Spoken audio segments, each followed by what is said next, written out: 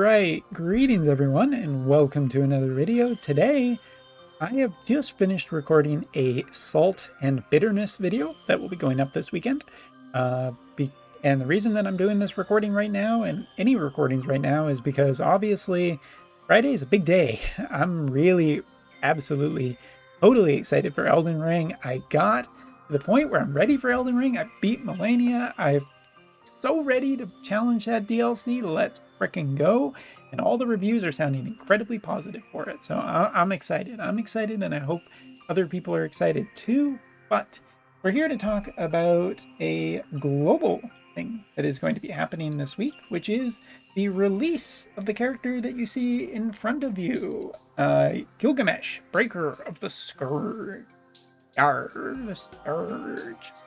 And I want to talk about this character just a bit, not too terribly much, because while it is, I've talked a lot about this character. I talked about it in the recent team building videos, and this character is fantastic, absolutely great, amazing character. I love this character actually a ton, where I think he is one of my I dare even say he's one of my favorite characters of the entire year so far. From the 4th anniversary on, I think that this character is probably one of the neatest characters that we've seen introduced into the game. Because he is powerful, sure. Because he has utility, because he can work with different characters, because he can work with a bunch of different equipment. All of these things are generally good, but Gilgamesh is just kind of a fantastic character in terms of his design too.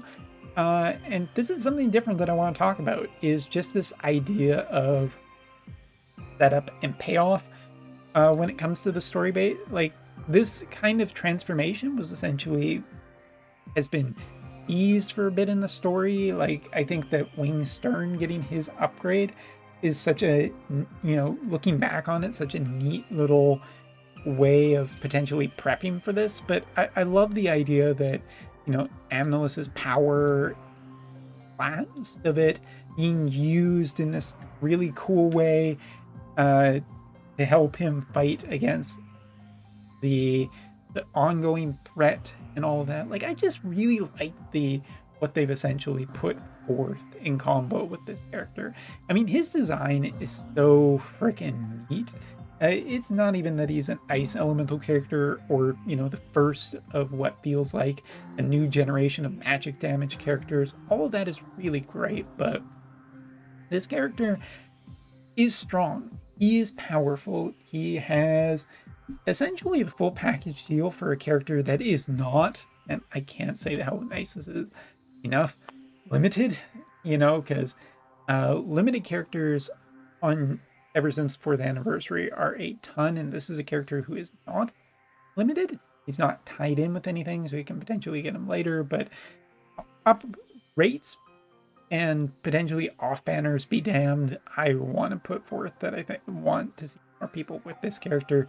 He's good with essentially anyone that has recently come out.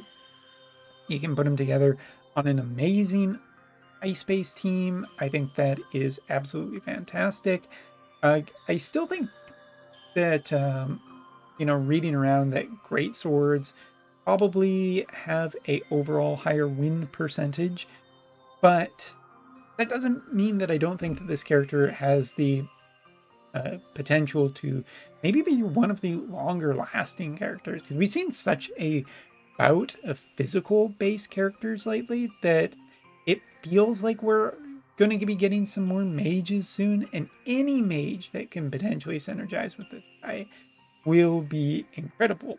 His power, undeniable, kind of a Bart second style hit with magic based damage. He's slashing, so he fits with a ton of characters. Super accuracy, decreasing AoE resistance, so it can just work with, AoE characters, to which tons of, throw him on a ton of different teams, and he's been really good for me and really successful in terms of just arena farming and whatnot.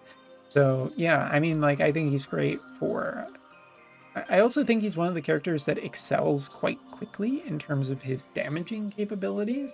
He's potentially a great one to just get now, slow farm up if you want, because I think at like 89, he is generally already pretty damn strong, as is with these newer characters, but he gets a little bit stronger. Now, with certain things, of course, mono fire, potentially problematic.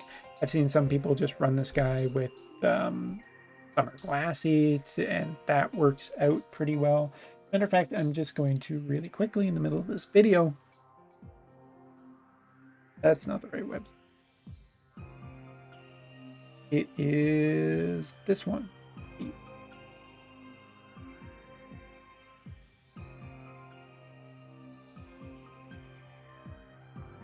Oh, no, I can't find it. Strongest party for.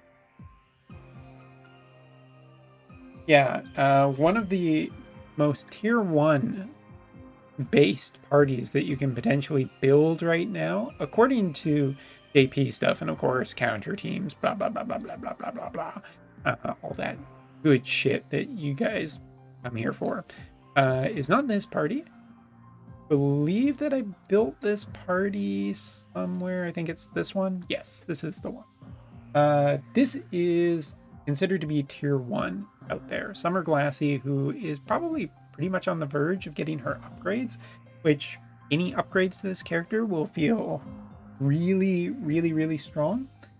But Summer Glassy, Seppi, and Gilgamesh, you can see the equipment across the board.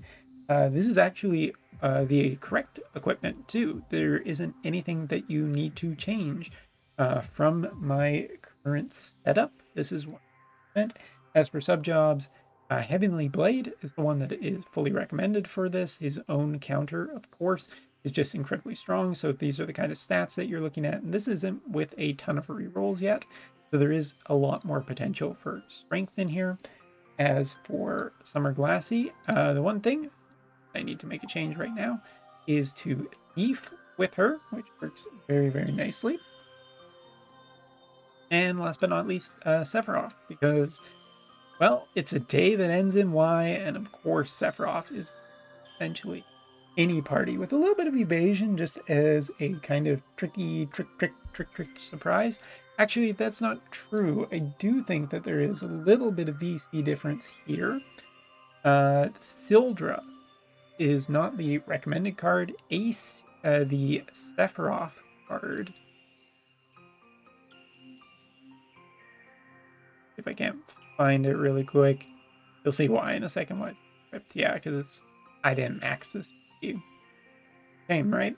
But this VC is considered to be the one that you should have instead of Sildra. I've replaced Sildra in there, so apologies.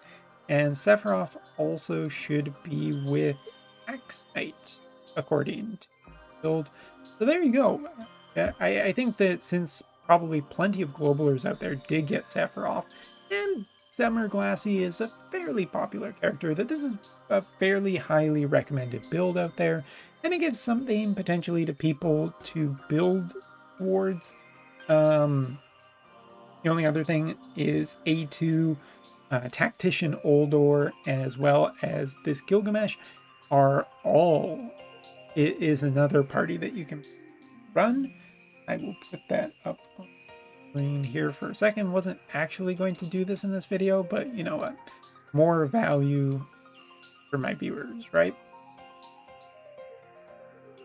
I have the right one here. There you go. So noteworthy stuff. Dark Golem's card, Dark Shiva, as well as the new Water Chariot card, which is not yet out on Global. Should be out next week on Global. Something to get your hands on.